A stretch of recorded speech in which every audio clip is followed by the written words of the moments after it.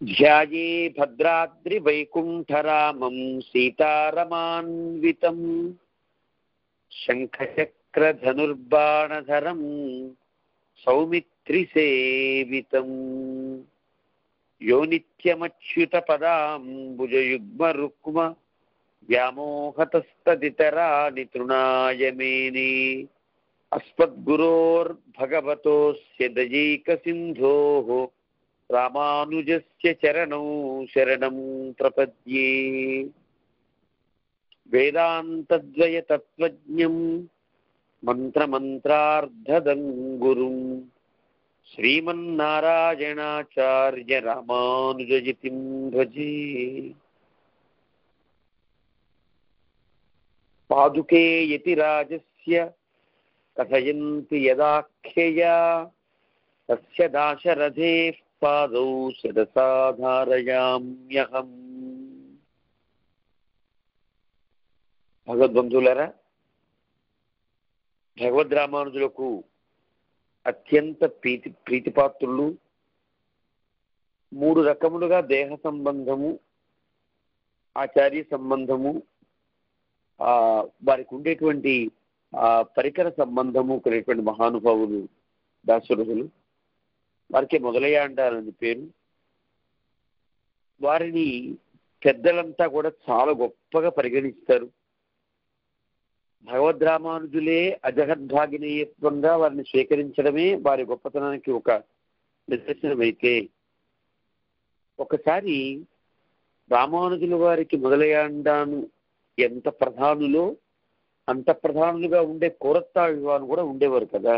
ఆ ప్రక్క ఈ ప్రక్క ఇద్దరు శంకరచక్రవర్తి భగవద్ రామానుజుకి ఉండేవారు. కోరత్తాళ్వాను చాలా శాస్త్ర వైదుష్యం కలిగిన వారు. భగవద్ రామానుజుకి చాలా గొప్ప ప్రీతిపాత్రులు వారు. వారు ఒకసారి వారి కుమారులకి, పరాశర భట్లవారి అనేటువంటి కుమారులకి నమ్మాడవార్ల యొక్క ప్రబంధాన్ని అధ్యాపనం చేస్తూ భగవద్ విషయానికి అలక్షేపం చేస్తున్న సమయంలో ఏదో సందర్భంలో శిరుమామణిషర్ అనే ఒక పదం వచ్చింది. శిరుమామణిషర్ అంటే శిరు అంటే చిన్న, మా అంటే చాలా గొప్ప, మనిషి అని అర్థం. చిన్న గొప్ప మనిషి అని ఆ పదానికి శిరుమామణిషర్ అని అర్థం. పరాశర భట్లవారికి ఆశ్చర్యం కలిగింది. ఉంటే చిన్నవాడైనా ఉండాలి, లేదా గొప్పవాడైనా ఉండాలి కదా. ఈ చిన్న పెద్దలు ఒక దగ్గర విరుద్ధాలైన ఈ 2 పదాలు ఒక దగ్గర కలుస్తాయా? ఒక్కరు ఎలా అవుతారు? ఈ పదంతో నమ్మాడవార్లు ఎవరిని కీర్తించారు, ఎలాంటి వారిని మనం గుర్తించాలి అని అడిగారు. ఎక్కడో దాకా దీనికి మన భగవద్ రామానుజుల సన్నిధిలో ఉండే మొదలయ్యాండాను చూడవయ్యా.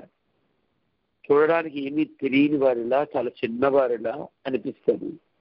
కానీ వారికి ఉండేటువంటి ఆత్మగుణ సంపద కానీ, వారికి ఉండేటువంటి సదాచార శీలత కానీ, వారికి ఉండే శాస్త్ర వైదుష్యం కానీ చూస్తే ఎంత గొప్పవారు. చిన్నగా తెలియనట్లుగా కనిపించే చాలా గొప్పవారు కదా అని ఉదాహరణగా చెప్పారు అని ఒక ఐతిహ్యం ద్వారా మనకు తెలుస్తుంది. అంటే వారు చూడడానికి ఏమి రానివారులాగా, ఎప్పుడు విధేయంగా ఉండి, ఒక మామూలు అజ్ఞానిగా ఉండే పరిచారకులు ఎలాగైతే ఆచార్యుల సమక్షంలో ఉంటారో అలా ఉన్నట్టుగా ఉండేవారు అని మనం చూడొచ్చు. అంతేకాదు పెద్దలు ఇంకొక అందమైన అర్థాన్ని కూడా చెప్పారు. బహుశా వారు పొట్టిగా చిన్నగా ఉండేవారేమో కూడా తెలియదు మనకి. మొదలయ్యాండాన్ని అలాగ చూడడానికేమో కనిపించడానికి పొట్టిగా చిన్నగా అనిపిస్తారు, కానీ ఎంత గొప్ప మనిషి అని వారు చెప్పారంటే, వారి తోడిగా వారితో పాటు సమానంగా ఉండి రామానుజుల యొక్క అనుగ్రహ పాత్రులుగా ఉండే వీరిద్దరిలో ఒకరు వీరి గురించి అలా చెప్పారంటే, వీరి మీద ఉండేటువంటి వారికి ఉండేటువంటి హృదయ సంస్కారం, వీరికి ఉండేటువంటి శాస్త్ర పాండిత్యం కానీ, లేదా ఆచారంలో అనుష్ఠానంలో వారికి ఉండేటువంటి యోగ్యత కానీ మనం గుర్తించవచ్చు. అంత గొప్ప మహానుభావులు ఈ మొదలయ్యాండారు. వారు అనుగ్రహించేటువంటి ధాటీ పంచకం భగవద్ రామానుజుల యొక్క విజయయాత్రకు సంబంధించి, జైత్రయాత్రకు సంబంధించినట్లుగా సాగుతోంది. అందులో మొదటి శ్లోకంలో మనం చార్వాకశీలాశని అనే విశేషణాన్ని పూర్తిగా చెప్పుకుని బౌద్ధధ్వాంత నిరాసవాసరపతి అనే విషయంలోకి వచ్చాం. బౌద్ధులు అనేవారు ఒక చీకటి అనుకుందాం. ద్వారము అంటే కటిక చీకటి. కన్నుని తెరుచుకున్నా, కన్ను ఎంత విప్పినా కనిపించనంత ఎదురుకుండా ఉండేటువంటి వస్తువు కూడా కనిపించనంత కటిక చీకటి ధ్వాంతము అని అంటారు. చీకట్లో కూడా రకరకాల తేడాలు ఉంటాయి. ఎక్కడో దూరంగా ఉండే వస్తువు కనిపించకపోవచ్చు, కానీ దగ్గరగా మన కంటిలో ఉండే ఒక తేజస్సు ద్వారా పరావర్తనం చెంది ఆ ఎదురుకుండా వస్తువు కనిపించే అవకాశం కలిగిన చీకట్లు కొన్ని ఉంటాయి. కన్ను పొడుచుకున్న దించని చీకటి అని కవులు రాస్తూ ఉంటారే, దానికి ధ్వాంతము అని పేరు సంస్కృతంలో. అలాంటి ధ్వాంతాన్ని, కటిక చీకటిని నిరాశ పోగొట్టడంలో వాసరపతి సూర్యుడు లాంటి వారు. వాసరము అంటే రోజు అని అర్థం. వాడు ఆదివాసరం, సోమవాసరం, వారము అంటాం కదా. వాసరం అంటే అది అర్థం రోజు. రోజుకి అధిపతి ఎవరు అంటే, రోజుని పరిగణించడానికి మనం ఎవరిని గుర్తిస్తామంటే సూర్య ఉదయం దగ్గర నుంచి సూర్యాస్తమయం దాకా ఒక పద్ధతి, అంటే సూర్యాస్తమయం దగ్గర నుంచి సూర్యోదయం దాకా ఉండేటువంటి విధానాన్ని ఇంకొక పద్ధతిగా తీసుకుని ఈ రెంటిని కలిపి హోరాను అహోరాత్రాలు అని పరిగణించి తద్వారా రోజును గుర్తిస్తాం. రోజును గుర్తించడానికి వీలుగా ఉండేటువంటి వారు సూర్యుడు, రోజును తయారు చేయవాడు సూర్యుడు అనే అభిప్రాయం వల్ల వాసరపతి అని అంటారు సూర్యుడు. ఆ రకంగా బౌద్ధం అనేటువంటి కటిక చీకటిని పారద్రోలేటువంటి గొప్ప సూర్య భగవానుడు లాంటి వారు అని వీరిని కీర్తించారు. ఇలా చెప్పడంలో కటిక చీకటిని సూర్యకాంతి ఎప్పుడు కూడా చాలా పెద్ద శ్రమ తీసుకుని పొండి పొండి పొండి పొండి మీరంతా చీకటిలారా పొండి అని అనక్కర్లా. ఎప్పుడైతే ఆ సూర్య భగవానుడు ఉదయిస్తాడో ఉదయించిన కిరణములతోనే అవన్నీ కూడా నశించిపోతాయి. సూర్యుడు ఉదయించుట అంటే చీకటి తొలగుట అనే అర్థం. అంటే భగవద్రామానుజులు అంత అనాయాసంగా వీరందరినీ కూడా జయించారు అని చెప్పడం అనేది ఇక్కడ తాత్పర్యంగా కనిపిస్తుంది. రామానుజులు ఈ బౌద్ధధ్వాంతాన్ని తొలగించారంటే బౌద్ధులు ఎంతమందిగా ఉంటారంటే మాధ్యమికులని, యోగాచారులని, సౌత్రాంతికులని, వైభాషికులు అనేటువంటి 4 రకాల పేర్లతో ఉంటారు వీళ్ళు. వీళ్ళు బుద్ధునివాదాన్ని పూర్తిగా ప్రకటించేటువంటి వాడు మాధ్యమికుడే. సర్వశూన్యవాదము కదా బౌద్ధులది. ఈ సర్వశూన్యవాదాన్ని స్పష్టంగా చెప్పేవాళ్ళు మాధ్యమికులు అంటారు. ఈ రకంగా వీళ్ళలో ఉండే భేదాలు చాలా ఉన్నాయనుకోండి. అంటే సూత్రములనే ప్రధానంగా వెళ్ళేవారు సౌత్రాంతికులని, యోగాన్ని ప్రధానంగా చేసుకున్నవాడు యోగాచారులని, ఇలా చిన్న చిన్న తేడాలతో వాళ్ళు ఇన్ని రకాలుగా మారారు అనేది మనకి వాళ్ళ త్రిపీఠకాలన్నీ వాళ్ళ గ్రంథాలు చూస్తే మనకు అర్థమవుతుంది.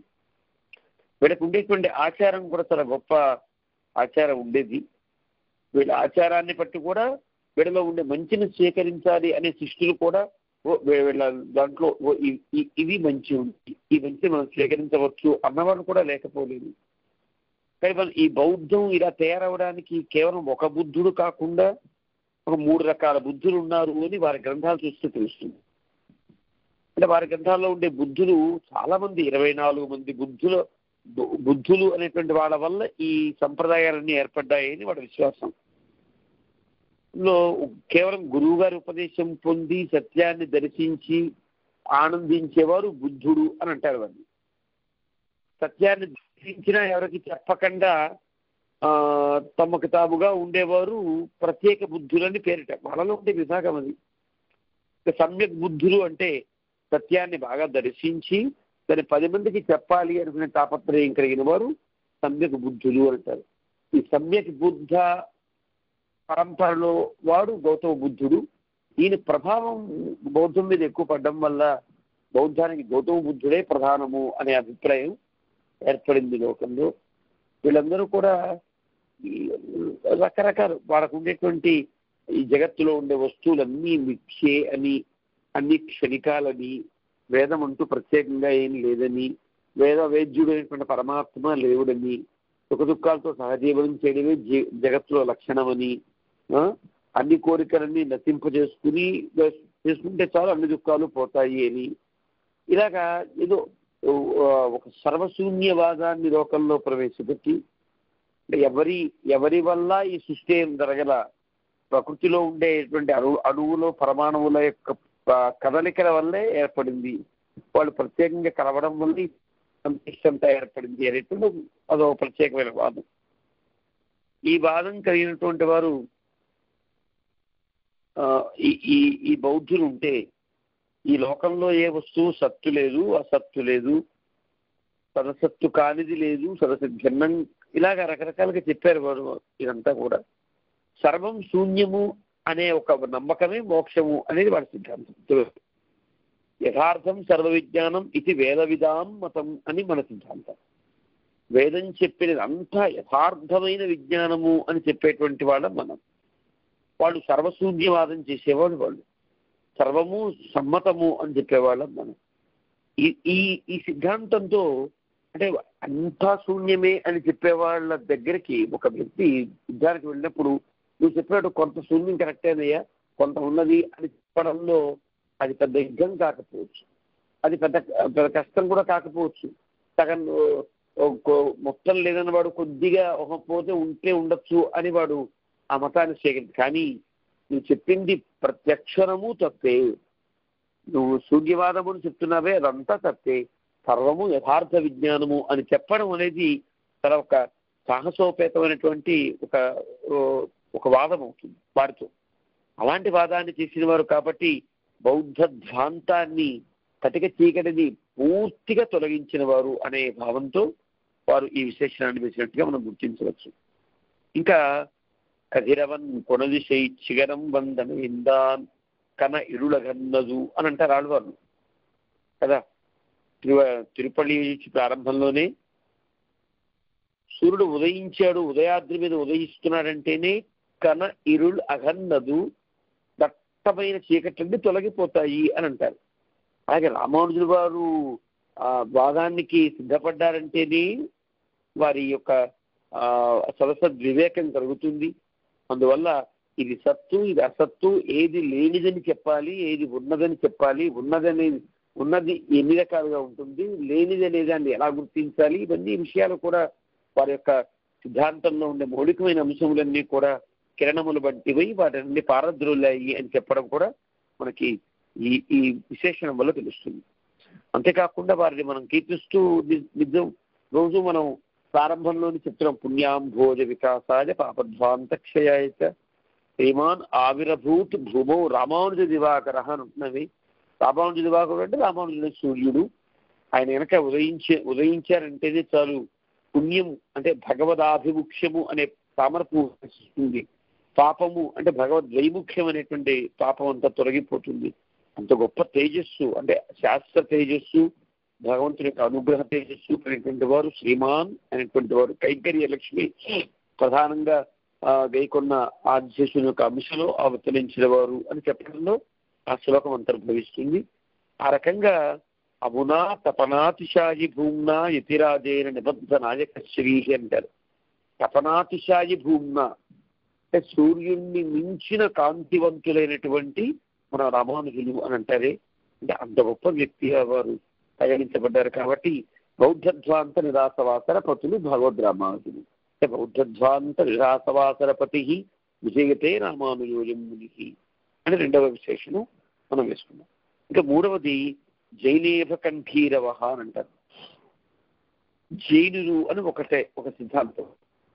జనుడు అనేటువంటి మహావీరుడు ద్వారా ఏర్పడిన సిద్ధాంతము ఇది.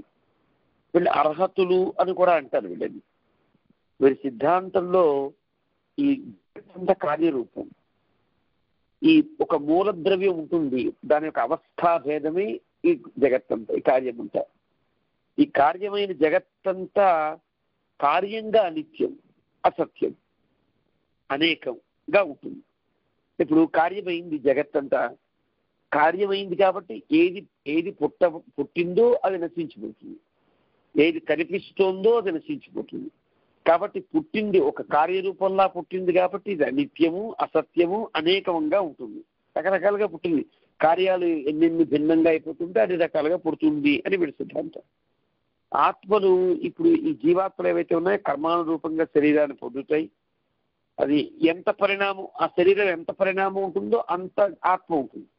అంటే చీమలో చీమంత ఆత్మ ఉంటుంది, ఏనుగులో ఏనుగంత ఆత్మ ఉంటుంది, కొండలో కొండంత ఆత్మ ఉంటుంది అనేది వాళ్ళ సిద్ధాంతం. అంటే ఆత్మ సర్వవ్యాపిగా ఉంటుంది తప్ప ఎక్కడో ఒక్క దగ్గరే కొద్దిగా చిన్న చిన్న మునుకు ఉంటూ ఉండదు అని వాళ్ళ సిద్ధాంతం అది.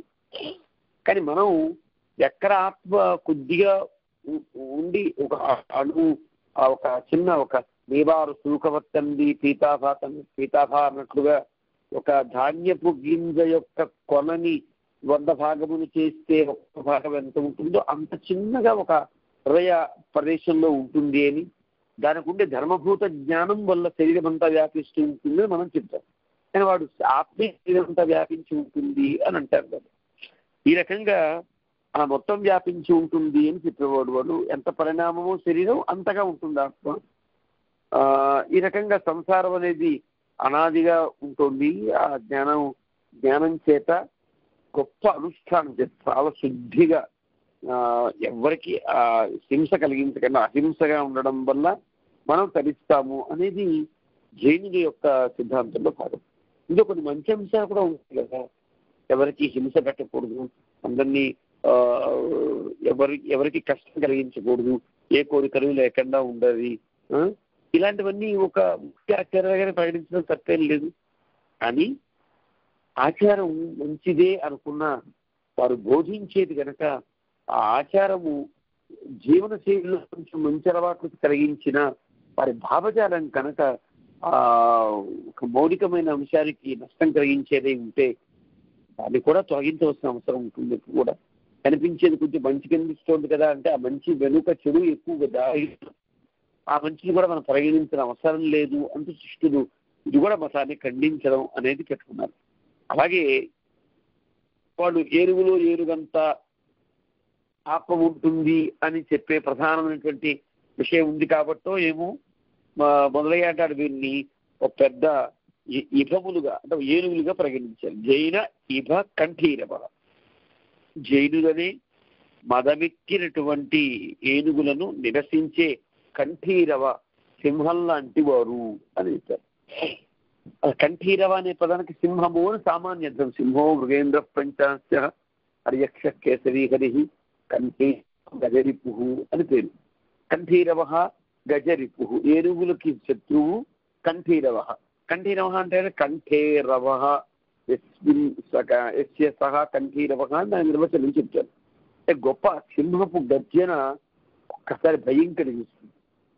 విరోధులైన జంతువుల్లో ఒక వణుకు పుట్టిస్తుంది, పారిపోయేటట్టుగా చేస్తుంది. కేవలం సింహం యుద్ధం చేస్తేనే పారిపోవడం కాదు, సింహపు గర్జన వింటేనే అనేక రకాల జంతువులన్నీ కూడా కేవలం విరోధులైన జంతువులు కాదు, ఉదాసీనంగా ఉండే జంతువులు కూడా గర్జన వినంగానే ఎక్కడికెక్కడ సర్దుకుంటాయి అని అంటారు. అందుకనే దాన్ని మృగరాజుని పిలుస్తారు.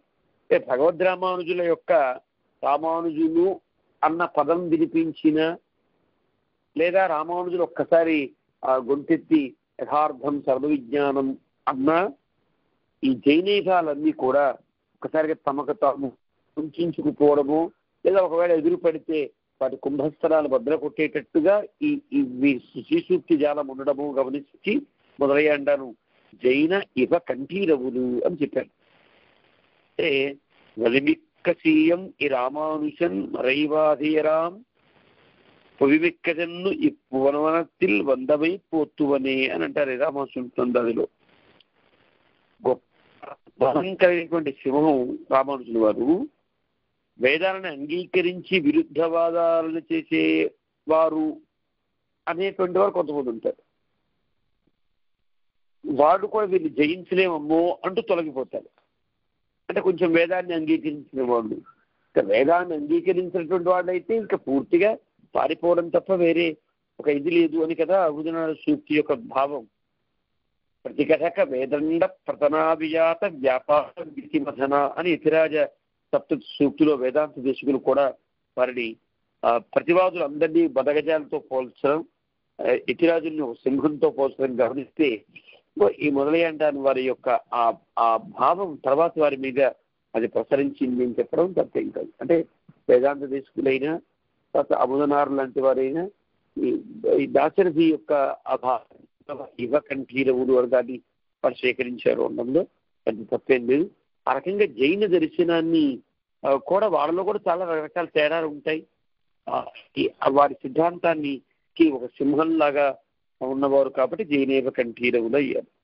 ఇంకా మాయావాది భుజంగ భంగ గరుడ. మాయావాది అంటేనే అద్వైతులు. ఈనాటి మనకు కనిపించే మన మతానుయాయులందరినీ కూడా మాయావాదులు అని అంటారు.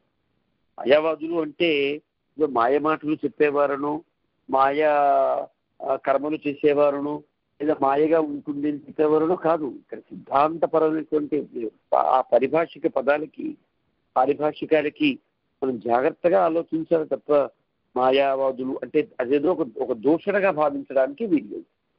ఈరోజు మాయావాదిని మనం అంటే మౌన మాయావాది అంటావా అని వాడి కోపము రాకూడదు. మనం మాయావాది అనడం తప్పేమో అని కూడా అనుకోకర్లా. అంటే వారు మాయా అనేటువంటి ఒక ఒక ఒక ఉపాధిని, ఒక వస్తువుని స్వీకరించి తద్వారా ఒక వాదాన్ని చేసిన వారు అని చెప్పాలి. అంటే బ్రహ్మసత్యం జగన్మిథ్య జీవో బ్రహ్మైవ నాపరః. బ్రహ్మ ఒక్కటే సత్యం, ప్రపంచమంతా మిథ్య, దృశ్యం మిథ్య, సృష్టికర్త మిథ్య, చూడబడే వస్తువులు లేవు, చూచేవాడు లేడు. ఈ విధంగా బ్రహ్మకు మాయ ఆవరిస్తుందని, ఆ మాయ తొలగినప్పుడే తత్వమసి అనే జ్ఞానం కలుగుతుందని, అదే మోక్షమని ఇలాగా వారి సిద్ధాంతం ఏర్పడింది. ఇది చాలా వైదికమైనటువంటి ఇబ్బందులు ఉన్నాయి అని భగవద్ రామానుజులు దాన్ని కూడా వాదించవలసి వచ్చింది. ఇందులో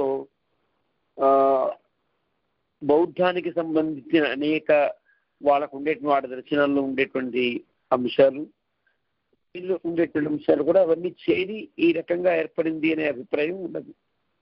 మాయావాదులు అంటే ఇంకా అద్వైతులు, ఈనాటి మనకు కనిపించేటువంటి వారు మాయా అని శంకర మతానుయాదులు అని చెప్పుకోవాలి. భుజంగములు అంటే వారు అనేటువంటి ఒక పాములు ఉంటే ఆ పాముల యొక్క భంగము చేయడంలో, అంటే పాముల యొక్క ఉనికిని తగ్గించడంలో గరుత్మంతుడు లాంటి వారు వీరు అంటారు. గరుత్మంతుడు లాంటి వాడు, గరుత్మంతుడికి 2 రెక్కలు ఉంటాయి కదా. ఆ 2 రెక్కలు కూడా 2 రెక్కలు ఉన్నప్పుడే పక్షి ఎగరగలుగుతుంది. యథాఖే పక్షినాంగతి అని ఉభాభ్యాం పక్షాణ ఉభాభ్యాం పక్షభ్యాం అన్నట్టుగా 2 రెక్కల చేతనే పక్షి ఎలాగైతే ఆకాశంలో ఎగురుతుందో, జ్ఞాన అనుష్ఠానమైన రెక్కల ద్వారా ఆచార్యుడు అనేటువంటి ఒక పక్షి విశేషం ఉంటుంది. ఆచార్యుడే ఒక పక్షి లాంటి వారు అని చెప్పడం మనకి పూర్వాచార సూక్తిలో గమనిస్తాం మనం. ఇక్కడ భగవద్ రామానుజులు ఈ భుజంగ భంగం చేయడంలో, ఈ మాయావాది భుజంగ భంగ అనేటువంటి ఒక కర్మలో 2 రెక్కలు కలిగిన వారు ఉంటే ఉభయ వేదాంతములను స్వీకరించిన వారు, అంటే వేదము ఎంత ప్రమాణంగా స్వీకరించి నడిపారో అంతర్లీనంగా ఆ వేద అర్థాలని ప్రకటించడంలో ఆళ్వార్ల యొక్క శ్రీసూక్తులను కూడా వారు అంతర్లీనంగా చేసుకుని వాటిని పైకి చెప్పకుండా వాటి భావాన్ని ఆ వేదమంత్రాల వివరణలో పెట్టేవారు. ఈ 2 రకాల కూడా 2 రెక్కలతో ఒక పక్షి ఎగిరినట్లుగా 2 రెక్కలతో దొరుకుతుంది వీరు ఆ మాయావాది భుజంగ భంగం చేశారు అని చెప్పడం కూడా బహుశా ఈ గరుత్మంతుడితో పోల్చడంలో ఒక తాత్పర్యం కావచ్చు. ఈ రకంగా వారు ఒక భుజంగము అనేటువంటి ఒక పాముకి గరుత్మంతుడు లాంటి వారు అని చెప్పడంలో ఇంకా సాంప్రదాయకమైన అంశాలు మనకి చాలా కనిపిస్తాయి. వీరు ఆ పాము ఉన్నదనుకోండి, పాము పూర్తిగా ఆ జీవి ప్రమాదకారి కాదు, దానిలో ఉండే విషం మాత్రమే ప్రమాదకారి కదా. ఆ విషమును తొలగించినప్పుడు ఆ పాము సరీసృపంలాగా ఉండడంలో పెద్ద ఇబ్బంది ఏం కలగదు కదా. కానీ ఆ రకమైనటువంటి స్థితిలో గరుత్మంతుడు చూడగానే పాములన్నీ కూడా తమ తలకాయలు ఉంచుని గబగబా పుట్టలోకి చేరిపోయేటట్లుగా ఈ మాయావాదుల యొక్క వాదాన్ని, సామాన్యుల యొక్క వాదం అంటే మన గర్వభంగాన్ని కొంచెం తల్లు ఉంచి వెళ్ళిపోయారు అంటూ మనకి అనేక సందర్భాలు వారి జీవితంలో కనిపిస్తాయి. కుతర్కవ్యాళౌహ అంటే ఇతరశక్తిలో వారు కూడా కుతర్కాలు చేసేటువంటి వాళ్ళందరినీ భుజంగాలతో పోల్చడం జరిగింది. వేదమతాన్ని అంగీకరించి ఉత్తర అంటే ఉపనిషత్తుల మీద అంత ప్రామాణ్యాన్ని స్వీకరించకుండా, వాటిలో ఉండే వాక్యములకు సమన్వయాన్ని సాధించకుండా, ప్రవశాఖ పరిచయం లేకుండా ఒక వాదం మీద నిలబడి ఈ వాదానికి భిన్నమైన వాదములన్నీ కూడా అవన్నీ కూడా అర్థవాదములను లేకపోతే అవసరం లేదనో చెప్పేటువంటి విధానంతో ఈ ఈ మాయావాదము అనే వాదం సాగింది.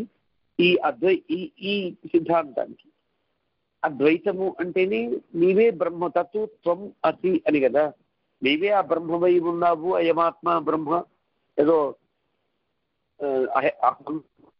అయమాత్మ బ్రహ్మ ఇలాంటి ఒక 4 వాక్యములను ఈ ఉపనిషత్తుల్లో ఉండే 4 వాక్యాలను మహావాక్యములుగా పరిగణించి వీటి మీదే బ్రహ్మ ఒక్కడే సత్యమని, జగత్ జీవుడికి జీవభావం బ్రహ్మకే కలిగింది అనేది మాయ వల్ల ఏర్పడింది అని, మాయ ప్రధానంగా ఉన్నది, మాయ వల్లే బ్రహ్మకి బ్రహ్మత్వం విస్మృతి కలిగి జీవభావం కలిగింది. ఆ మాయ తొలగితే గనక ఈ బ్రహ్మకి మళ్ళీ నిర్విశేష మాత్రంగా ప్రకాశిస్తుంది అని చెప్పేవారు. ఆ మాయని అంగీకరించడం వల్ల చాలా 7 రకాల ఇబ్బందులు వచ్చాయి అని భగవద్ రామానుజులు 7 రకాలుగా నువ్వు చెప్పిన మాయ తప్పయ్యా అంటూ వారు సప్తవిధ అనుపపత్తుల ద్వారా అద్వైత మతాన్ని 7 అనేటువంటి ఒక అనుపపత్తులతో తొలగించారు. దాన్ని ఆ భావాన్ని అద్వైత భావాన్ని సరైన వాదం కాదని ప్రకటించిన వారు భగవద్ రామానుజులు. రకంగా మాయావాదులనే భుజంగములకు పాములకు భంగపాటు పరచడంలో, వాటిని భంగపరచడంలో గరుత్మంతుడు లాంటి వాడు. గరుత్మంతుడు విషాన్ని హరించే శక్తి ఉన్నది, అమృతాన్ని ఇచ్చే శక్తి ఉన్నది కదా. గరుడ మంత్రం చెప్తేనే విషయాలు పోతాయి, గరుడ ప్రసాదం స్వీకరిస్తే శారీరకమైనటువంటి విషయాలను తొలగుతాయి అని మన ఆగమాలు చెప్తున్నాయి. అంతేకాదు అమృతప్రదాయిగా కూడా గరుత్మంతుడిని మనకి పౌరాణిక కథల ద్వారా కావచ్చు, లేదా వారికి ఉండేటువంటి ఆ జ్ఞానం ద్వారా కావచ్చు మనం గుర్తించవచ్చు. పూర్తి వేద జ్ఞానం కలిగిన వారు వేదాత్మ అని గరుత్మంతుడికి పేరు. ఇక్కడ రామానుజు వారిని గరుత్మంతుడితో పోల్చడం వల్ల పూర్తిగా వేద సిద్ధాంతాన్ని ఆత్మీకరించుకుని వేదంలో ప్రతి అక్షరము ప్రమాణమని, వేదమంతా ప్రమాణంగా స్వీకరించి పూర్వకాండని బ్రహ్మకాండని కర్మకాండ బ్రహ్మకాండని సమన్వయపరుస్తూ, కర్మకాండ అంటే ఏదో దేవుడికి వ్యతిరేకంగా ఉన్నది కాదు, కర్మకాండ అంతా భగవదారాధన రూపం, బ్రహ్మకాండ అంతా భగవంతుని యొక్క ఉనికిని చెప్పేటువంటి, భగవంతుని యొక్క రూపాన్ని వర్ణించే, భగవంతుని యొక్క ఉపాసనాత్మకంగా ఉండేటువంటి ఇది ఆరాధన కాండ, అది ఆరాధ్య కాండాన్ని 2 సమన్వయపరిచి ఉత్తర పూర్వ మీమాంసలకు కూడా గొప్ప సమన్వయాన్ని ఏర్పరిచి ఐకశాస్త్రీయంగా ప్రకటించినటువంటి మహానుభావులు. కాబట్టి దీనివల్ల ఏర్పడింది అంటే వేదం అంతా ప్రమాణము అని స్వీకరించే వారికి వైదిక జ్ఞానం వల్ల, వేదంలో ఉండే సారాన్ని గ్రహించేటువంటి విధానం వల్ల ఏర్పడింది. చదువులలో మర్మమెల్ల చదువుతి తండ్రి అని కదా ప్రహ్లాదుడు చెప్పారు. మరి ఆ గురువుల దగ్గరే హిరణ్యకృష్ణుడు నేర్చుకున్నాడు. ఆ గురు పరంపరలోనే ప్రహ్లాదులు నేర్చుకున్నా కూడా వేదాంతాలన్నీ అధికరించిన వాడు హిరణ్యకృష్ణుడైనా వారి తత్వాన్ని గుర్తించకుండా ఉన్నప్పుడు వారు నశించిపోయినట్లుగా, అదే గురువుల దగ్గర నేర్చుకున్న ప్రహ్లాదుడు ఆ తత్వ సారాన్ని గ్రహించడం వల్ల చదువులలో మర్మమెల్ల చదివి తండ్రి అని అంటారే, ఆ మర్మాన్ని గుర్తించకపోతే చదువులన్నీ వృధా అయిపోతాయి. ఆ మర్మాన్ని అద్భుతంగా లోకంలో ప్రకటించారు. కాబట్టి మీరు వేదాత్మకి సమానులు అని చెప్పడం కూడా మొదలయ్యారు వారి యొక్క హృదయంలో ఆ ఉద్దేశ్యం కావచ్చు. ఆ రకంగా గరుత్మంతుడితో పోలుస్తారు. గరుత్మంతుడిని ఎక్కే భగవంతుడు తిరుగుతాడు. భగవంతుడు ఆ గరుత్మంతుడి యొక్క భగవంతుడు ఎక్కినప్పుడు వారికి ఉండేటువంటి పాదముల ద్వారా ఏర్పడ్డ చిన్న చిన్న కణాలు కూడా ఝాకిన కర్కశై శుభై అన్నట్టుగా ఆ కణములు కూడా గొప్పగా పరిగణించేటట్టుగా గరుత్మంతుడు ఉంటాడు. అలాగే భగవద్రామానుజుని చూసిన భగవన్ మత స్థాపనలో అంటే పరమ వైదికమైనటువంటి సిద్ధాంతాన్ని స్థాపించడంలో వారు ఎన్నెన్ని ఇబ్బందులు అగచార్చబడ్డా అవన్నీ కూడా మాకు అది పెద్ద ఉపాధేయములుగానే పరిగణించి ఆ కష్టములన్నీ కూడా నా కోసం భగవంతుడు ఇచ్చిన వరములుగా భావించేటువంటి గొప్ప జీవన వైచిత్ర్యం కలిగిన వారు భగవద్రామానుజులు కావడం చేత కూడా వారు గరుత్మంతుడితో పోల్చారని చెప్పచ్చు. అయినా పూర్తిగా మరయ్యదిని పొరులు అవైత్తు వాయుమోచిందాన్ వేదములలో తత్వార్థాన్ని ప్రకటించిన వారు అని భగవద్రామానుజులు పెద్దలంతా స్తుతిస్తారంటే అందువల్ల దీన్ని రామానుజార్యం ఆర్యాణం తుడామణి మహర్నిశం అంటే ఆచార్యులందరిలో కూడా ఆచార్యులందరికీ కూడా శిరోమణి లాంటి వారు మన భగవద్రామానుజులు అని చెప్పడం మనం గమనిస్తాం. కాబట్టి దీన్ని మాయావాది భుజంగ భంగ గరుడ అని గరుపుతో పౌరుషం మనకు. ఇంకా తర్వాత మాయావాది భుజంగ భంగ గరుడ త్రైవిద్య చూడామణి. త్రైవిద్య చూడామణి అంటే త్రివిద్యలు అంటే వేదములు. ఇది వేదాస్త్రయస్త్రయి అని కదా. ఋక్కు, యజుస్సు, సామలు అనేటువంటి ఒక రూపముల ద్వారా ఏర్పడింది వైదిక వైదిక సాహిత్యం అంతా కూడా. రుక్కులుగా, పాద వ్యవస్థ కలిగిన రుక్కులుగా, ఒక గీతికలతో సంబంధించినట్లుగా సామ, గీతిషు సామ అని చెప్పినట్టు, శైశయజుహు అని కొన్ని రుక్కులతో, కొన్ని గజ్జలతో, కొన్ని అలా కలగా పులగంగా అన్నట్లుగా ఒక మిశ్రమగా కనిపించేటువంటి ఒక సంపు కావ్యంగా అనుకోండి. ఎలాగైతే లౌకిక సాహిత్యంలో పద్య సాహిత్యము, గద్య సాహిత్యము, చంపాత్మకము అని 3 రకాలుగా ఉందో, అదే విధంగా వేదముగా ప్రవహించింది, యజుస్సులుగా ప్రకటీభూతమైంది, సాములుగా వినిపించింది. ఇలాగ 3 రకములుగా ప్రవహించింది కాబట్టే దానికి త్రయీ అని పేరు. అంటే త్రయీ అంటే ఎక్కువ యజుస్సు సామే ఉన్నాయి, అథర్వవేదం లేదా అని అనుకోవడానికి వీల్లేదండి. కొందరు అలా చెప్పినప్పటికీ కూడా అది ప్రామాణికమైనటువంటి సమగ్రవాదం కాదని పెద్దల అంగీకారం. 4 వేదములు కూడా ఈ 3 రకాలుగా ప్రవహించాయి. రుక్కులు అనేటువంటి వ్యవస్థలోని అథర్వవేదం కూడా రుక్కులతో సాగింది కాబట్టి దాని ఇది కూడా ఋగ్వేదము అని అంటారు. అది కర్మరుచ అయితే ఇది బ్రహ్మరుచగా భావిస్తారు కాబట్టి ఇది వేదాస్త్రయస్థయి 3 వేదములు అని ఒక అభిప్రాయాన్ని పెద్దలు ఒక సూక్ష్మీకరించారు. అంటే 3 వేదములు, తగిన విద్యలేవి విద్యలు కావు అని చెప్పడం తాత్పర్యం. ఇంకో దగ్గర అష్టాదశ విద్యలు అంటారు, ఇంకో దగ్గర చతుర్దశ విద్యలు అంటారు. ఇవన్నీ కూడా ఎలా ఏర్పడతాయి అంటే వాటి యొక్క వివరణాత్మకంగా ఏర్పడతాయి.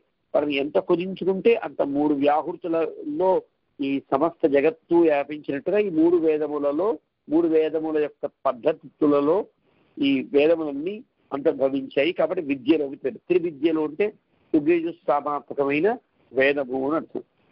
దాంట్లో నిష్ణాతులైన వారిని త్రైవిద్యులు అంటారు. అంటే 3 వేదముల యొక్క సారమును బాగా గ్రహించిన వారు త్రైవిద్యులు. అలాంటి త్రైవిద్యులు అందరికీ కూడా చూడామణిగా ప్రకాశించేవారు భగవద్రాముడు. అంటే బాగా వేదములు బాగా అర్థం చేసుకుని, వేద తత్వాన్ని ఆకలింపజేసుకుని, ఆ తత్వ సారాన్ని గ్రహించి అనుష్ఠానాత్మకంగా ప్రకటించేటువంటి మహానుభావులు వృద్ధులు అంటారు. త్రైవిద్య అనే పదముతో మనకు సాంప్రదాయక అనేక వ్యాఖ్యానాల్లో వీళ్ళు వృద్ధులు అంటారు. వృద్ధ అనే పదం కేవలం వయసు రీత్యా పెద్దవారైన వారు అని కాదు అర్థం. ఈ తత్వాన్ని గ్రహించడం అనేది కదా వృద్ధత్వంలోకి వీళ్ళు పెరిగారు అనడానికి కారణం. వృద్ధి అంటే పెరుగుతా కదా, జ్ఞాన వృద్ధులుగా భావిస్తారు. కాబట్టి మనం ఆర్యాణం చూడామణి రామానుజార్యం అని అంటాం. అందరిలో కూడా జ్ఞానులందరిలో కూడా ఒక చూడామణిగా ప్రకాశించే మహానుభావులు అని ఇతిరాజ సప్తతిలో కూడా ఇలాంటి 46వ శ్లోకంలో త్రివిద్య శిఖామణి అని రామానుజు వారిని సంబోధిస్తారు దేశకులు. అంటే 3 వేదములు చదువుకున్న వారందరికీ ఒక శిరోభూషణంగా ప్రకాశించేటువంటి శిరోభూషణంగా ప్రకాశించాడు. వారి శిరస్సును వీరి పాదముల దగ్గర చేర్చి ఆశ్రయిస్తేనే వీరు శిరోభూషణంగా ఉన్నారు అని చెప్పడం కూడా తాత్పర్యం. అలాంటి వారు ఈ 6 రకాల విశేషణములు కూడా షణ్మతములను చెప్పడంలో తాత్పర్యమా అన్నట్లుగా అలాంటి శ్రీరంగేశు జయధ్వజ, శ్రీరంగనాథుడికి ఒక విజయ పతాకం లాంటి వారు. ఇందాక చెప్పారే భుజంగ భంగ గరుడ అని. గరుత్మంతుడే కదా పతాకం అవుతాడు, గరుత్మంతుడే కదా వారికి జయధ్వజంగా ఫలించాలి అని ఆగమాలు చెప్పాయి.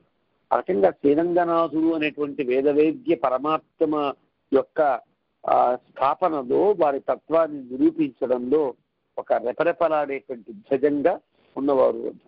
ధ్వజము అంటే ధ్వన్ అవ్యక్తే శబ్దేని ధ్వ అనేటువంటి శబ్దం మీద ఒక గొప్ప అవ్యక్తమైన శబ్దం చేస్తూ ఉంటుంది అని అంటూ.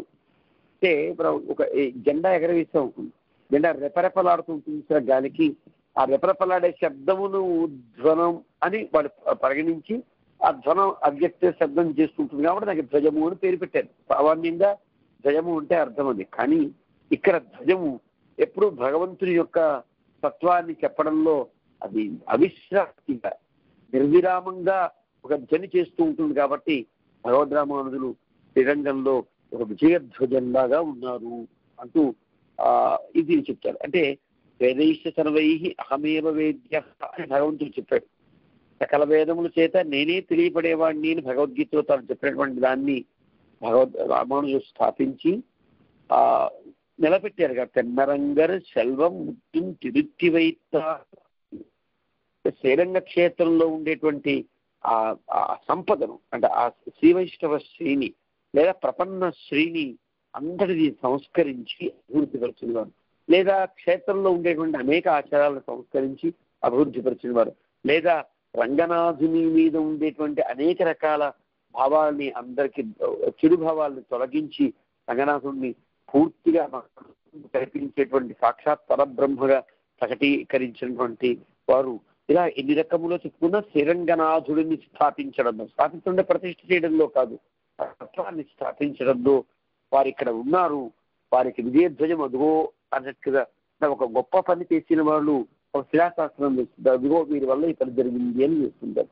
ఒక గొప్ప యాగం చేసిన వారో గొప్ప అద్భుతమైనటువంటి నిర్మాణం చేసిన వారో ఒక అది స్థాపిస్తారు. ఈ జెండా ఒక విజయధ్వజంగా భావిస్తారు. ఆ జెండా ఎక్కడైతే రెపరెపలాడుతుందో ఇంకా ఆ జెండా ఒక విజయం కాబట్టి అక్కడికి ఎవరూ మళ్ళీ దాన్ని ఓడించడానికి సాహసం చేయరు అన్నట్లుగా ఆ ధ్వజం ప్రకాశిస్తూ ఉంటుంది. కాబట్టి ధ్వజం అంటేనే శబ్దించేది, ప్రకాశించేది అని అర్థమైతే ఏం శబ్దిస్తోంది, ఇది మా ఒక విజయము అని ఒక ధ్వనిని ప్రకాశింపజేస్తున్నట్లుగా ఉండేది. కాబట్టి ధ్వజము అని పేరు. ఆ రకంగా మనవాడ మహాములు కూడా ఆర్తి ప్రబంధంలో మన్నియ తెన్నరంగాపురి మామలై ముత్తుం వందిడునాళ్ అని అంటారు. ఉండి స్థిరంగా రంగంలో ఉండేటువంటి గొప్ప తేజస్సు స్థిరంగా ఉంచి శాశ్వతమైన కీర్తిగా ఉంచి గొప్ప ఆనందించేటువంటి గొప్ప అది శ్రీరంగమే గొప్ప క్షేత్రము అనేటువంటి అధ్యానంగా ఆనందించేటట్లుగా శ్రీరంగ క్షేత్రాన్ని తీర్చిదిద్దిన మహానుభావులు అని వారి ఆర్తి ప్రబంధంలో చెప్పిన మాట కూడా ఇక్కడ మనకి గ్రాహ్యం. శ్రీరంగానికి ఏ ఉపద్రవం రాకుండా రక్షించినవారు కాబట్టి రామానుజులు శ్రీరంగేశ జయధ్వజులుగా ఇక్కడ వారిని ప్రస్తుతించడం జరిగింది మొదలయ్యాండాన్ని అని గ్రహించారు. ఇలాగా ఈ శ్లోకంలో రామానుజుల వారికి విజయతే అని చెప్పడం వల్ల చాలా కాలం రామానుజుల యొక్క సిద్ధాంతము, రామానుజుల యొక్క లోకంలో విజయతే అంటే చెప్పిన శ్లోకం ఇది రూపకాలంకారంగా ఏర్పడింది. ఇది శార్దూల విక్రీడితము అని ఒక వృత్తానికి సంబంధించిన శ్లోకం. ఇంకా తరువాత వారు ఎప్పుడైతే భగవద్ రామానుజులని కీర్తించారో, భగవద్ రామానుజులు అనగానే మనకు గుర్తొచ్చేది వారి చేతిలో రెపరెపరాడే ధ్వజం కదా. ఇది మొదటి శ్లోకాన్ని ముగిస్తూనే శ్రీరంగేశ జయధ్వజ అని ఎప్పుడైతే అన్నారో, శ్రీరంగానికి వారు జయధ్వజం అయితే భగవద్ రామానుజులు వారి చేతిలో ఒక ధ్వజం ప్రకాశిస్తుంది.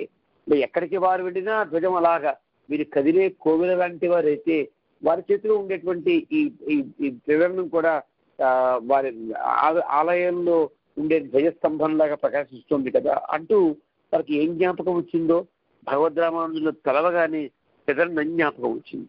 త్రిదండాన్ని కీర్తిస్తున్నారు. వైష్ణవ సన్యాసులు 3 వెదురు కర్రలను ఒకటిగా చేర్చి దాన్ని ఒక పద్ధతి ప్రకారంగా ఇన్ని కడుపులు ఉండాలి, ఇంత ఎత్తు ఉండాలి, సన్యాసాశ్రమాన్ని స్వీకరించే వ్యక్తి ఎంత ఉన్నాడో ఆ వ్యక్తికి ఇగో ఈ రకమైన కొలతలతో ఉండాలి అని ఒక పద్ధతి ప్రకారంగా త్రిదండాన్ని గ్రహిస్తారు.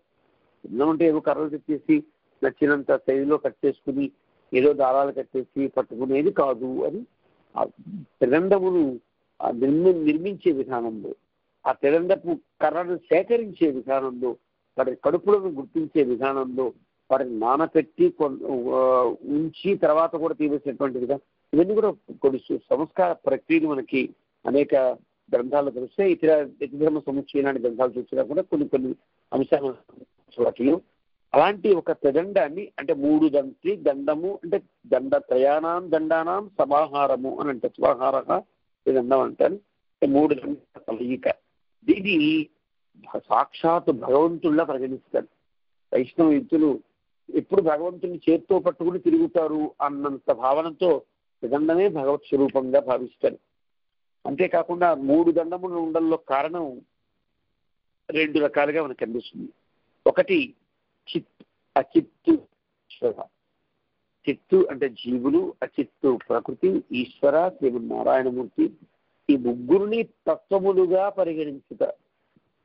చిత్తు ఆయన శరీరము, చిత్తలలో ఆయన శరీరి అని, విశేషములని, శేషి అని సంబంధములను పరిగణించేటువంటి విధానం. మూడు తత్వములు సత్యములు అని చెప్పడంలో ఈ త్రిదండం కలిగి ఉంటారు అని ఒక సంకేతం అది. అంతేకాకుండా మనోవాక్కాయ దండములు అంటే మనస్సు చేత ఒక రకమైన నియంత్రణ శక్తి, వాక్కు విషయంలో కూడా ఒక నియంత్రణ శక్తి, కాయిక విషయంలో కూడా నియంత్రణ శక్తి కలిగిన వారు అని మనుస్మృతిలో శ్లోకాన్ని కనుక గమనిస్తే మనం ఇలా మూడు రకములటువంటి మనోవాక్కాయ కర్మల నియంత్రణ కూడా కలిగిన వారు కాబట్టి వీరికి త్రిదండులు అని పేరుని. ఆ త్రిదండత్వమే మనుస్మృతిలో మనం చూస్తే మనువు యొక్క అంగీకార్యమని మనువు చెప్పినటువంటి మతమని తెలుస్తుంది. అలాంటి ఆ త్రిదండాన్ని ధరించేటప్పుడు ఉత్తమాశ్రమం ఉంటారు సన్యాసాన్ని స్వీకరించడం. సఖామి గోపాయ అని ఒక మంత్రం ఉంది. ఆ మంత్రం ద్వారా స్వీకరిస్తారు. అంటే రక్షించేటువంటి ఒక మిత్రుడిలా నా పక్కనే ఉండాలి అని కోరుకుంటూ దండాన్ని స్వీకరిస్తారు. మనకి మిత్రుడిని అని చెప్పే శ్లోకంలో పాపాన్ని నివారయతి ఉదయతే హితాయ ముఖ్యం నిగూహతి గుడాంతరతీకరోతి. ఈ రకంగా ఒక 6 విధాములుగా మనకి ఉపకరించే వ్యక్తులని మిత్రులు అని భావించాలి అంటారు. ఆ రకంగా భగవద్రామానికి వెన్నంటి ఉండి సఖా మే గోపాయ అన్నట్లుగా ఉండేటువంటి ఎప్పుడూ ఉండేటువంటి చేతిలో ప్రకాశించేటువంటి ఒక ఇది దండం. కాబట్టి ఎప్పుడు వారితో అవినాభావ సంబంధముగా ఉండేది కాబట్టి త్రిదండాన్ని ఈ శ్లోకం 2వ శ్లోకం ద్వారా వాళ్ళు సూచిస్తున్నారు. వాళ్ళు ఇంకొక విధానంలో వైష్ణవ ఎత్తులు కనుక పరమపదిస్తే వారి ఖననం చేస్తారు కదా. తిరుమేనిని ఖననం చేసినప్పుడు తిరునాడుకు వేయించేశారు అంటారు. వారిని అంటే పరమపదాన్ని వేయించేసినప్పుడు వారి బృందావనంలో వారి పరమ శివపరమైనటువంటి వారి దేహాన్ని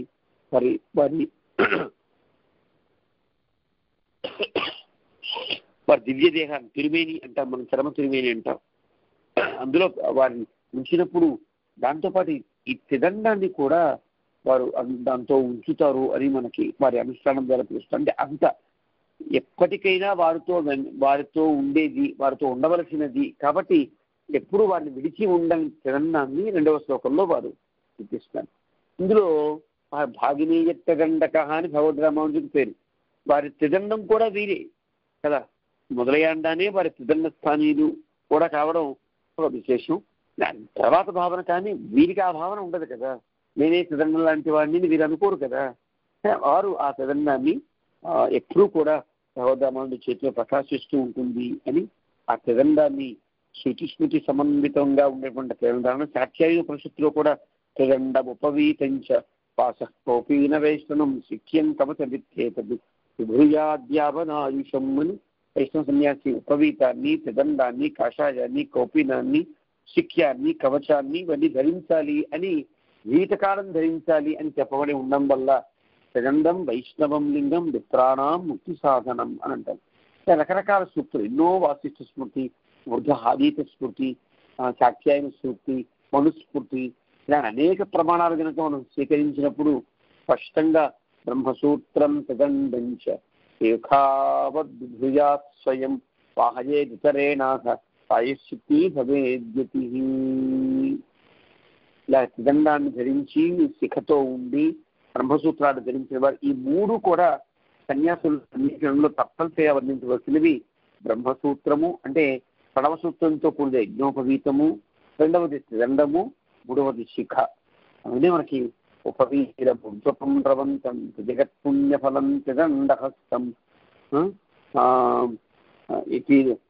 శిఖయా శేఖరిణం యతీనాం శరణాగత సార్ధవాహమీడే శిఖయా శేఖరిణం పతింగతీనాం అంటూ మనకి వాటిని కీర్తిస్తారు.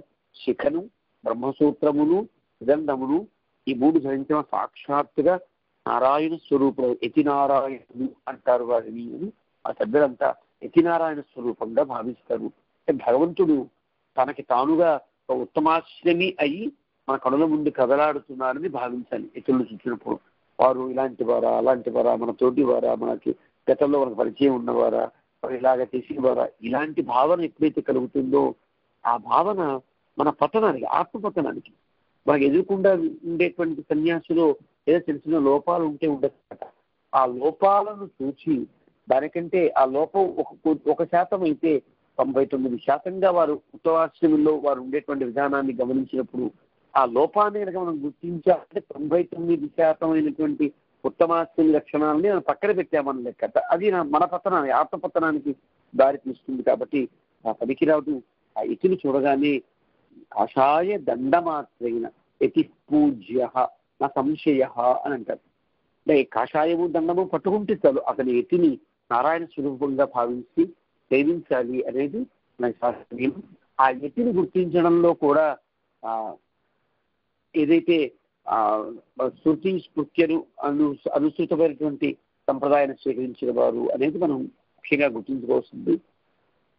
ఈ రకంగా ఆ త్రిదండాన్ని ధరించడం అనేది ఒక భగవద్రామానుడికి ఉండే అసాధారణ లక్షణం, ఒక అవినాభావ లక్షణం కాబట్టి, వారితో ఉండే సంబంధం కాబట్టి ఇక్కడ త్రిదండాన్ని ప్రకటిస్తూ పాషండ వినిఖండన వజ్రదండా ప్రచ్ఛన్న బౌద్ధ మకరాలయ మంథదండా వేదాంతసార సుఖదర్శన దీపదండా రామానుజస్య వదసంతి మునే త్రిదండా అని ప్రకటించారు.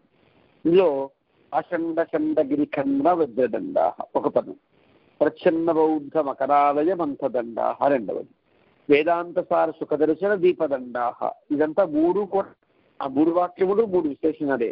అవి త్రిదండా. ఏమిటివి త్రిదండాలు? ఈ దండాలు ఎక్కడున్నాయి? రామానుజులు అనేటువంటి మహాముని యొక్క చేతిలో ప్రకాశిస్తున్నాయి అని శ్లోకానికి ఉండే తాత్పర్యార్థం. త్రిదండములు ఒకే కదా త్రిదండం ధరిస్తారు అని అంటే ఈ త్రిదండాలు అనడంలో అర్థం బహువచనం అవివక్షితంగా ఉంటుంది. పూజాయాం బహువచనం అని అంటారు. అంటే ఒకటి దాన్ని గౌరవించాలనుకున్నప్పుడు దాని బహువచనంలో తిట్టాం. మన ఇంటికి మా తాతగారు వచ్చారండి అంటారు. వచ్చారు అంటే ముగ్గురు లేక ముగ్గురు కంటే పైన ఉండేవాడని కదా చెప్పాలి. వచ్చాడు అనే ఒక వ్యక్తి వస్తే ఆ వ్యక్తిని ఏకవచనంతో తెలవాలి. మా తాతగారు అన్నాకి మా తాత వచ్చాడు అనాలి. లేదా మా గురువు గారు ఏం చేశారు వచ్చారు అంటాం. వచ్చారు అని బహువచనం వాడడం తాతయ్యండి. అక్కడ బహువచనం కదా, గౌరవం ప్రధానం. అక్కడ వాళ్ళకు ఉండేటువంటి ఇచ్చే పూజాయాం బహువచనం అనే వ్యాకరణ సూత్రం కాబట్టి వారిని గౌరవించే స్థితిలో త్రిదండములు అని గౌరవిస్తారు తప్ప త్రిదండము చేయనమాట. చేయడం చేయకూడదని ఏం కాదు, కానీ మొదలయ్యడానికి ఉండేటువంటి ఒక అందమైనటువంటి ఆదర భావన అట్లాంటివి ఆ త్రిదండములు అని అంటారు వారు. ఆ త్రిదండములు ఎలా ఉన్నాయి అంటే పాషండ మనం చెప్పుకున్నాం, అనేటువంటి షండ నపుంసకాలు లాంటివి. అంటే ఏవి వాదంలో ఏ పసా లేనివి. నపుంసకం అంటే తెలుసు, ఉన్న వ్యక్తిలో ఏదైతే ఉన్నప్పుడు ఆ వ్యక్తి ఆ జాతిగా పిలువబడతాడో ఆ వ్యక్తిలో కనుక ఆ పౌరుషం లేనప్పుడు వాడిని షండులు అని పిలుస్తారు. అలా పాషండ వేదాంత మతాన్ని చెబుతా తత్వాన్ని చెబుతా అని ప్రారంభించినటువంటి అర్థంలో తత్వం లేకపోవడం చేత వాళ్ళని నపుంసకులుగా పరిగణించడం జరుగుతుంది. పాషండ షండ, ఈ పాషండ షండ గిరి అని అవి పర్వతాల్లాగా ఉన్నాయి. వాటిని ఖండించడంలో వజ్రాయుధము వంటివి అన్నారు. అంటే పాషండులు అని అంటే మనం చెప్పుకున్నాం వేదభాష్యులు, వేదములను అంగీకరించని వారు. వాళ్ళంతా పర్వతాలు అయితే ఆ పర్వతాన్ని ఖండించడంలో వజ్రం లాంటి వారు. ఇందులో షండము అంటే సమూహం అని ఒక అర్థం ఉంది, నపుంసకం అని అర్థం, రెండు రకాల అర్థం ఉన్నది.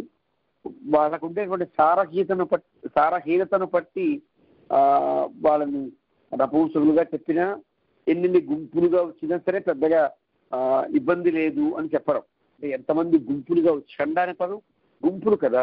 ఈ గుంపు అనే పదం తొండనూరు దగ్గర రామానుజుల వారిని వాదించి ఓడించడానికి ఒక్కసారి కట్టకట్టుకుని వచ్చినటువంటి జైన బౌద్ధాది లోకాయతికులు అందరినీ కలిపి షండ అనడంలో తాత్పర్యం. అంటే వాళ్ళు స్వయంగా చూసాను, కథలు వింటున్నాం. మొదలయ్య అండాన్ని అక్కడ ఉండేటువంటి బిట్టిరాజుని విష్ణువర్ధన మహారాజుగా తీర్చిదిద్దిన తర్వాత, దక్షిణరాజుగా తీర్చిదిద్దిన తర్వాత, అయ్యో మా రాజు ఈనాటి జైనంలోనూ లోకాయతిక సంప్రదాయంలో ఉండేటువంటి మా రాజుని ఒక సన్యాసి వచ్చి మార్చేశాడు, మా సంప్రదాయానికి విఘాతం కలిగిస్తున్నాడు అనుకుంటూ కొన్ని వేల మంది, 14,000 మందిని, 16,000 మందిని, రకరకాల లెక్కలు కూడా ఉన్నాయి మనకి, మన చరిత్రలో కనిపిస్తాయి. ఇన్ని వేల మంది ఒక్కసారిగా భూకుమ్మడిగా యుద్ధానికి వచ్చినప్పుడు గుంపులు గుంపులుగా వచ్చినట్టు కదా లెక్క. అది వారు కళ్ళారా చూసిన వారు కాబట్టి మొదలయ్య అంటారు పాషండ షండ అన్నారు. పెద్ద పాషండుల సమూహం అనేటువంటి పర్వతాలు వస్తే ఒక్కసారిగా ఒక్క వజ్రాయుధం చాలు కదా. పూర్వకాలం రెక్కలు ఉండేది అని మనం విన్నాం పర్వతానికి. ఆ రెక్కలతో అవి ఎగురుతూ అనేక రకాల ఉపద్రవాన్ని కలిగిస్తున్నప్పుడు ఇందులో వజ్రాయుధాన్ని తీసుకుని ఆ రెక్కలన్నీ వెలుగగొట్టి వాటి మళ్ళీ లోకానికి క్షేమం కలిగించాలనేటువంటి విషయాన్ని గమనించినట్టు వీళ్ళంతా గుంపుగా అక్కడక్కడక్కడ ఎక్కడ కావాలనుకుంటే అక్కడ దిగడం, ఆ పర్వతం దిగడం, ఆ పర్వతం ఎక్కడ దిగిందో ఆ గ్రామాలు నగరాలు నశించిపోవడం జరుగుతూ ఉండేది కదా. పర్వతాలు ఎగురుతున్నాయి అంటే పైనుంచి ఒక బరువైన వస్తువు ఎగురుతోందంటే అది ఎప్పుడన్నా కింద పడితే ఎక్కడ పడిందో అక్కడ ఉంటుంది, ఇబ్బంది కదా.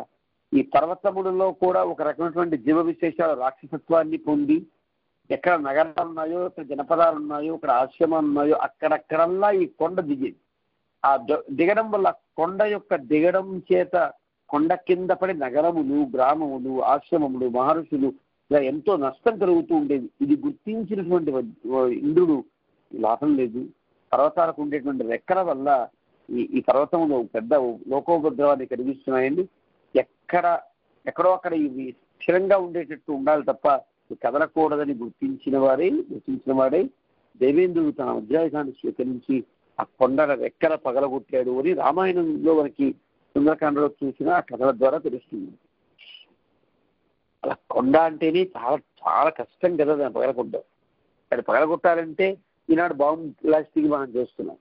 ఆ కొండని బద్దల కొట్టడానికి వీలైన పరికరం ఒక్క పరికరం, దాని వజ్రాయుధం అని అంటారు. అలాంటి వజ్రాయుధం లాంటి వారు అని చెప్పడం వల్ల రామానుజు యొక్క తెగనాకుండే గొప్ప శక్తి మనకి ఇక్కడ తెలుస్తుంది.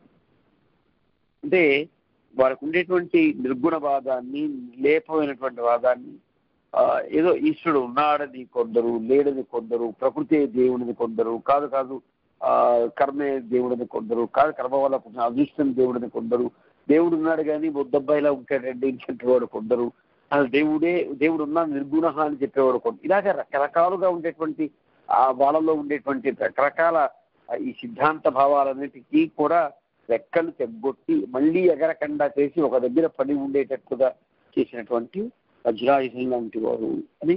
వజ్రాయుధం ఏవి వారికి ఉండే తిదండాలి. ఇంద్రుడు గొప్పవాడా వజ్రాయుధం గొప్పదా అంటే వజ్రాయుధాన్ని ధరించిన ఇంద్రుడు గొప్పవాడు, ఇంద్రుచే ధరించబడ్డ వజ్రాయుధం గొప్పది అని మనం చెప్పినట్టుగానే రామానుజు వారి చేతిలో ఉన్నది కాబట్టి ఆ దండం ఇంత వజ్రదండం. అది విడిగా ఉంటే ఏం చేసేదో లేదో మనకు తెలియదు. వారి చేతిలో పరికరమై ఇంత గొప్ప శక్తివంతమైంది అని చెప్పడంలో కూడా వీరి వినయం కూడా కనిపిస్తుంది. ఒక సమయంలో భగవద్ రామానుజులు జైనుల బౌద్ధుల విషయాల్లో వీరు బదయాన్నాన్ని పంపించి మీరు వెళ్ళి ఈ ఉపద్రవాలను తొలగించండి, వాళ్ళతో వాదించి వారిని ఓడించి వాళ్ళందరినీ ప్రపంచంగా తీర్చిదిద్ది రండి అని పంపిస్తే వారు వెళ్ళారని, వెళ్ళి అలాగా చాలా మంది బౌద్ధులను, లోకాయతికులు, అర్హతులను వీళ్ళందరినీ జయించి భగవద్ రామానుజులు దాసులుగా చేసినట్లుగా వారు ఐకిచ్చేవారు తెలుస్తోంది. అంటే ఇప్పుడు జయించిన వారు ఎవరు? రామానుజుల మొదలయ్యండానా? మొదలయ్యండనే జయించారు. కానీ ఎవరి యొక్క అనుగ్రహ విశేషములు జయించారు? రామానుజుల అనుగ్రహ విశేషములు. అంటే రామానుజుల చేతిలో పరికరం లాంటి వాడిని అని చెప్పడం కూడా అంతర్లీనమైనటువంటి భాగ్యం మనం గుర్తించవచ్చు అని ఆ రకంగా వారికి ఉండేటువంటి వినయాన్ని ప్రకటించారు, త్రిదండానికి ఉండే గొప్ప శక్తిని కూడా ప్రకటించారు. ఇంకా ప్రచ్ఛన్న బౌద్ధ మకరాలయ మంథదండా, ఈ ఇంకా ప్రచ్ఛన్న బౌద్ధులు అంటే వేదాన్ని ప్రమాణం కాదు అని దూరంగా వెళ్ళిపోయినటువంటి వాళ్ళని భాష్య అనే పదంతో పిలుస్తారు. భాష్యులు అంటే చాలు వేద భాష్యులు అంటున్నారు. వీళ్ళు వేదం ప్రమాణం చాలా గొప్పది వేదం, కానీ వేదంలో ఇది మాత్రమే ప్రమాణము, ఇది మనకు అక్కర్లేదు, ఇంత మాత్రమే ప్రమాణము, ఇది మనకు అక్కర్లేదు అంటూ వేదంలో పాక్షికంగా వేద సిద్ధాంతాన్ని గుర్తించి ఏర్పడ్డ రకరకాల మతాలు ప్రచ్ఛన్న. కాబట్టి వేదాన్ని అంగీకరించిన వారంతో వేదం కొద్దిగా ప్రమాణము అనేవాళ్ళు కూడా అంతే కదా. వేదం అనేది పూర్తిగా ప్రమాణం అని చెప్పకుండా వేదంలో తమ వాదములకు అనుకూలంగా ఉండేటువంటి కొన్ని సందర్భాలు మాత్రమే ప్రమాణములు, తక్కిన ప్రమాణములు కావు, తక్కిన అర్థవాదములు పెద్దగా పట్టించుకోక్కర్లేదు అని చెప్పే సిద్ధాంతములుగా ఉండేవి దాదాపు ఒక వైదిక ముసుగు వేసుకున్న బౌద్ధులే కదా అని ప్రచ్ఛన్న బౌద్ధులు అంటారు వీళ్ళందరినీ కూడా. అంటే ప్రచ్ఛన్న బౌద్ధులు అంటే బౌద్ధ మతమే పైన ఒక దుప్పటో ఒక వస్త్రమో కప్పు, దేవుని వేదం అంగీకరిస్తా అనే వస్త్రం కప్పుకుని వచ్చినటువంటి వాళ్ళలాంటి వాళ్ళు. కాబట్టి శంకర, భాస్కర, భాట్ట, ప్రభాకర ఇత్యాది మతములన్నీ కూడా దీనిలోకి ఏర్పడతాయి. అంటే కుదృష్టివాదమున భాష్య కుదృష్టి నిరసన పూర్వకం అని అంటారే. భాష్యము అంటే వేద భాష్యత్వం, కుదృష్టులు అంటే సరిగ్గా చూడలేకపోవడం, అదొక తిట్టు కాదు. కుదృష్టి అంటే చెడ్డ చూపు కలిగిన వాడు అర్థం కాదు, అక్కడ ఉండేటువంటి దాన్ని సమగ్రంగా స్వీకరించలేనటువంటి వాడు. దానికి అసమగ్రంగా స్వీకరించడం వల్ల వారికి తోచిన బుద్ధికి తోచిన అర్థాన్ని చెప్పిన వారు, అలాగే దర్శించిన వారు. కాబట్టి కుదృష్టులు అని చెప్పడంలో అది పరివసిస్తుంది. ఆ రకంగా కుదృష్టులుగా ఉండేటువంటి ప్రచ్ఛన్న బౌద్ధ వీళ్ళందరూ కూడా ఒక పెద్ద సముద్రం లాంటి వారు. మకరాలయ సముద్రం అంటే ఒక పెద్ద పెద్ద మొసళ్లతో నిండిన సముద్రం లాంటి వారు. సముద్రం మనకు అవసరం కదా అనుకుంటే అందులో మొసళ్ళు ఉన్నాయి. ఆ మొసళ్ళు ఆ ఉన్న చోటు చాలా బలంగా ఉండి తమకంటే ఎంత బలం కలిగినటువంటి వస్తువు తమలోకి వచ్చినా అనాయాసంగా వాటిని లాగేసి చంపేసేంత శక్తి కలిగి స్థానే సింహబల అన్నట్టుగా ఏదో నీటనున్న మొసలి నిగిడి ఏనుగు పట్టు బయట కుక్క చేత భంగపడుడు అని అంటారు కదా. అంటే ఆ నీటిలో వాటిలో ఉన్నంతసేపు ఎంతమందినైనా ఎలాంటి వాడినైనా కూడా ఆ నీళ్ళలో దిగినప్పుడు జయించేటట్లుగా ఉంటుంది ఈ మకరం కదా. అలాంటి మకరాలన్నింటినీ కూడా మధించి ఆ సముద్రాన్ని మధించామనుకోండి, మధిస్తే ఆ ముసళ్ళన్నీ ఆ తాకిడికి కల్లోలాన్ని తట్టుకోలేక ఒడ్డు మీదకి వస్తాయి. ఒడ్డు మీదకి వస్తే అనాయాసంగా వైదికమైనటువంటి తత్వాన్ని గ్రహించి వాడిని వాదించడం, వాడిని ఓడించడం చాలా సులువు అవుతుంది కదా. ఆ రకంగా ఈ సముద్రాన్ని చిలకడంలో ఎలాగైతే ఒక కవ్వంలాగా ఒక కవ్వాన్ని పెట్టి చిలుకుతారు, ఒక బజ్జీ కన్నా కవ్వాన్ని పెట్టి చిలకాలి, తద్వారా ఒక నవనీతం ఏర్పడుతుంది. నవనీతం ఏర్పడితే అది సారమై మనకందరికీ అది భోగ్యమైన పదార్థంగా అవుతుంది అనేది ఎలాగైతే లౌకికంగా ఉండదో, మకరాలయాన్ని మధించాలి అన్నప్పుడు వీరికి ఒక బందర పర్వతం లాంటి కవ్వం కావాలి. ఏదా కవ్వం అంటే త్రిదండమే కవ్వం లాంటిది.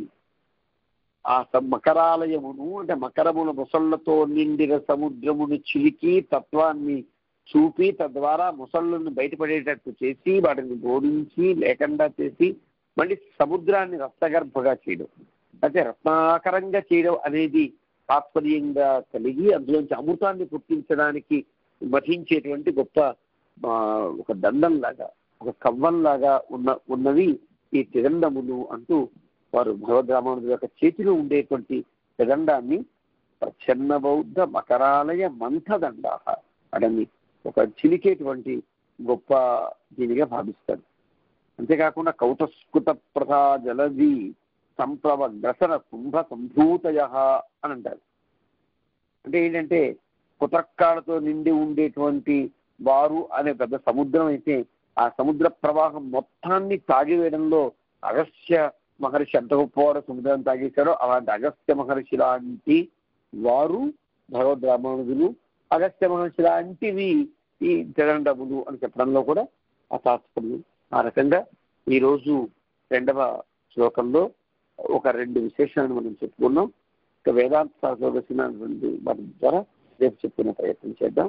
ఇంతే రామానుజాయ శ్రీ దాశరథి మహాగురవే నమః.